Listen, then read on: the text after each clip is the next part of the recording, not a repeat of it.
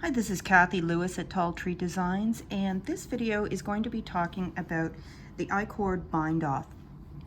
And if you've watched any of my tutorials, you know I'm a little obsessed with extra special edges. I don't like to leave raw edges, especially where there's no seaming.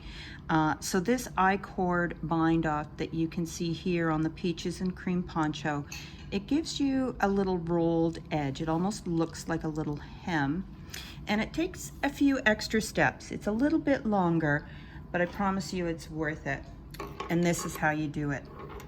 I've just got a few rows of stocking stitch on here, and in order to get started, the first thing I have to do is cast on an extra 3 stitches, and I'm just going to use the backward loop. You just dip your thumb under and put that stitch on your needle. 2, 3, and I'm ready to begin. So we knit the first 2 stitches,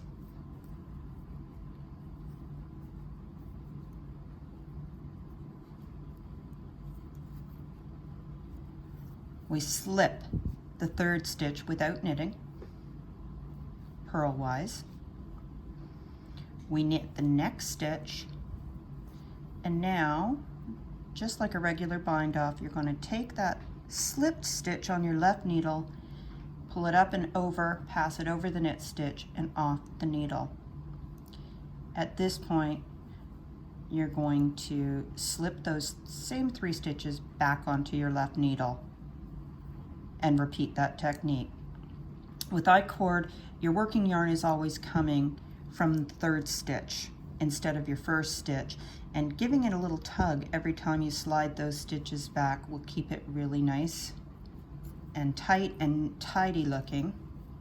So one more time, knit the first 2 stitches, slip the 3rd stitch,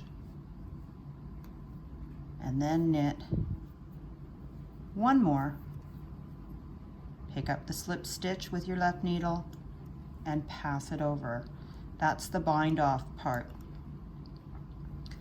Slide those stitches back, and I'll do 1 more, give it a little tug just so you can see how that's going to look. Knit 2, slip 1, knit 1, and pass it over.